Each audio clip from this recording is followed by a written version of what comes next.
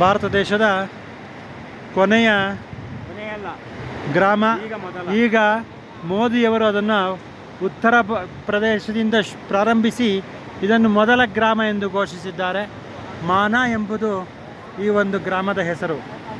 ಇದು ಸರಸ್ವತಿ ನದಿಯ ಉಗಮ ಸ್ಥಾನ. ಇಲ್ಲಿ ಪಾಂಡವರು ಸ್ವರ್ಗಾರೋಹಣವನ್ನು ಮಾಡಿದಂಥ ಸ್ಥಳ. ಇದು ಪಾಂಡವರು ಸ್ವರ್ಗಾರೋಹಣವನ್ನು ಮಾಡಿದಂಥ ಸ್ಥಳ. ಮಾನಾ ಎಂಬ ಈ ಗ್ರಾಮ ಭಾರತ ದೇಶದ ಮೊದಲ ಗ್ರಾಮ. ಇಲ್ಲಿಂದ ಪ್ರಾರಂಭವಾದಂತಹ ಭಾರತ ದೇಶವು ಕನ್ಯಾಕುಮಾರಿಯವರೆಗೂ ಕೂಡ ಹಬ್ಬಿರುತ್ತದೆ. ಪ್ರಕೃತಿಯು ರುದ್ರ ರಮಣೀಯವಾಗಿದೆ. ಆಹ್ಲಾದಕರವಾದಂಥ ವಾತಾವರಣವನ್ನು ಇದು ಬಿಸಿಲಿದೆ. ಜೊತೆಗೆ